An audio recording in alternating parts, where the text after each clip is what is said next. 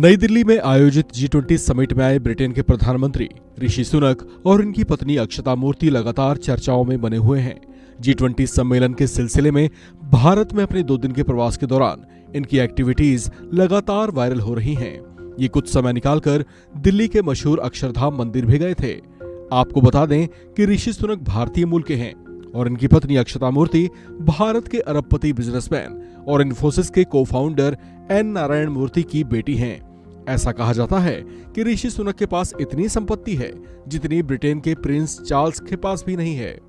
कुछ समय पहले ही द संडे टाइम्स ने दुनिया के अमीर लोगों की एक सूची जारी की थी, जिसमें ऋषि सुनक और उनकी पत्नी अक्षता मूर्ति का नाम भी शामिल था। इस रिपोर्ट के मुताबिक इनके पास कुल 730 मिलियन पाउंड की संपत्तियां हैं। इतने बेशुमार दौलत के साथ लिस्ट में वे 222वें स्थान पर आते हैं। अगर इनकी संपत्तियों की बात करें तो ऋषि सुनक और इनकी पत्नी के नाम से कुल 4 आवासीय इमारतें हैं, जिनमें से इनके 2 मकान लंदन में हैं, जबकि एक मकान अमेरिका के लॉस एंजल्स और एक मकान यॉर्कशायर में है। लंदन में स्थित इनके मकान की कीमत लगभग 7 मिलियन पाउंड बताई जाती है, जबकि यॉर्कशायर में मौजूद इनका आलीशान बंगला लगभग 12 एकड़ क्षेत्र में फैला हुआ है। इनके पास अमेरिका के कैलिफोर्निया में एक शानदार पेंट हाउस भी है।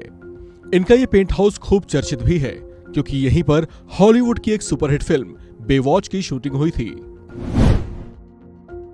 ऋषि सुनक की पत्नी अक्षता मूर्ति की बात करें तो संडे टाइम्स की एक रिपोर्ट के मुताबिक अक्षता मूर्ति की संपत्ति 430 मिलियन पाउंड है। अक्षता मूर्ति इन्फोसिस के सह संस्थापक नारायण मूर्ति और सुधा मूर्ति की बेटी हैं। अक्षता मूर्ति के पास इन्फोसिस के काफी शेयर्स भी हैं। चलिए अब आपको बताते हैं कि ब्रिटेन की राजनीति में कदम रखने से पहले ऋषि सुनक क्या किया करते थे। दरअसल ऋषि सुनक राजनीति में सक्रिय होने से पहले तक 2 हेज फंडों में हिस्सेदार थे। इससे उन्हें काफी कमाई अर्जित होती थी। इसके अलावा वे इन्वेस्टमेंट बैंकर भी थे और कभी गोल्डमैन सैक्स में विश्लेषक के तौर से जुड़े हुए थे। शादी के बाद उनकी संपत्ति में भारी इजाफा हुआ क्योंकि अक्षता के पास इन्फोसिस की 0.93% हिस्सेदारी है। सुनक साल 2015 में रिचमंड यॉर्कशायर से सांसद चुने गए थे। उन्होंने सांसद चुने जाने के बाद भगवत गीता की शपथ ली थी, जिसकी वजह से वे खूब चर्चाओं में छाए हुए थे।